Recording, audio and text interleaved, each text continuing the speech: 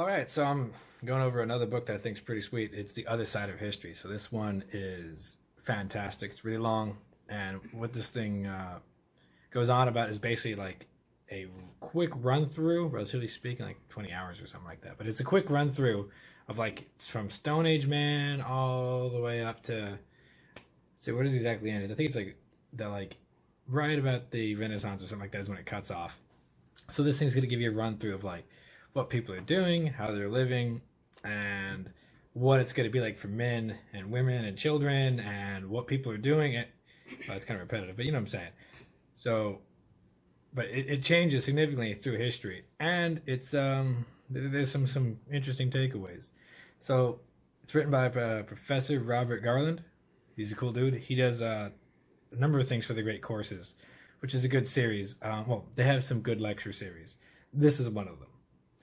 Let's see here. So why do I care about this book? So this thing gave me some really interesting perspective. Like, you know, a lot of people will bring up sort of like the male-female gender role thing, and it's much more understandable when you look at antiquity. So like in antiquity, you're going to have like, all right, so there's a guy, and he's going to be working damn hard, and the woman's going to be working damn hard, and she's probably going to die really young, having as many kids as possible, because at 30 you're both old and dying, like you're falling apart, you know, just dead, worthless, you know, going blind, deaf, crippled.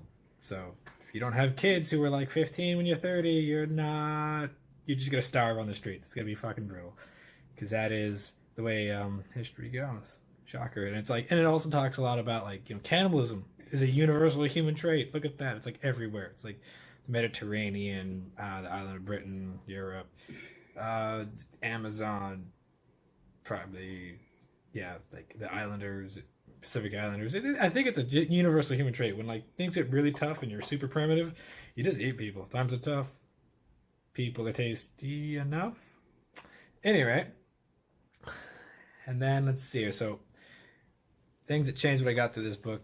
Let's see here. So, you know, oh, like, so this is another like interesting thing is like, so death is usually a female thing. So it's like life, death are all things that women universally take care of historically. It's like, you know, the men were out farming or trading or moving around or, you know, going to war because there's no rain.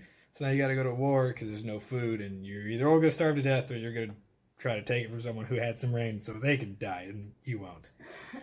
So that's the way it's got to be. And that's like, you know, rinse and repeat. And then it goes through like there's some interesting tidbits about like, you know, like law and how that evolves. You know, it's like the Greeks, for example, have to do, you know, like you get to speak for, you know, one vase worth of water, there's a little cork in the bottom. And then once you've talked for that long, they put the water, they pour it back on, you know, from a bowl back into the vase, and they pull the cork out again. And the other guy gets to speak. And then after that, the jury decides if you're guilty or not. And then, if you're found guilty, then you get a smaller vase, and you both get to talk about, like, okay, so I'm guilty. Well, I think this is what my punishment should be. And the other guy's like, oh, no, no, no, this is what his punishment should be. Like, the best one, of course, I believe, is Socrates, which is fantastic, where he's like, all right, yeah, I'm guilty. I've been talking on the streets. I've been really mouthy, and I've been in everybody's way. And that's true. And my punishment for being, you know, a loud intellectual should be, you know, free room and board for the rest of my life. I'm guilty as charged. Recommend state compensation. And then the defense is like, you know, correction, I don't want him to be exiled. Let's put him to death, guys. And they're like, you're right. The jury votes to kill the bastard. So that's like a great example of, you know, how things are different. Kind of interesting. There's no set punishments. You just, the crowd decides if you're guilty, and then the crowd decides what your punishment is. But they have to choose between, you know, yours and the other guy's.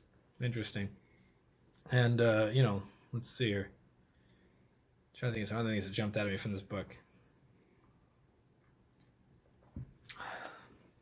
Goes into Stone Age life a little bit. Kind of goes through like a real rough. There's not a lot of evidence, so you will get the like, all right, so you're mostly going to be dealing with there's some humans here and there's some humans there, and then they're going to be traveling a little bit here. We found some landmarks here. Like it's like, okay, well they've got some small tribal camps, and then things start to build up into towns and things like that, and like city states. So city states, build up, and they're really awful. Actually, like they're not. I mean, well, compared to living in the wilderness, they're fantastic. They're much better than living in the wilderness. But it's like, so you wind up a city state, which is an island of a town, and the way the historical reading is, like, a city state's not like, oh, we're Greeks. It's like, no. Like, I'm Athens. You're some godless primitive race over there, and I could give a fuck less about any of your family. That's closer to how it reads. So yeah. So, and that was completely different. Like, were you under the impression that a city state was its own race? Because that's the historical way to look at it. They're their own race, like separate from the town, down the road, the town down the road, and the town, like all those guys that are like kind of look like me and have my language. Not me, because after all, they're like one town over. Thus, not my people. You could get this thing on yeah. So yeah, you can pick this thing up on Audibles.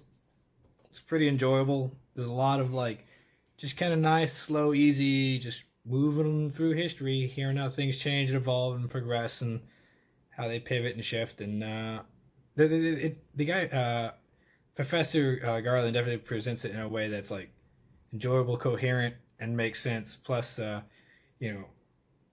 you're wondering what people who weren't kings, queens, and warlords did in history, this will be one of your very few sources to actually get an idea what any of that was about.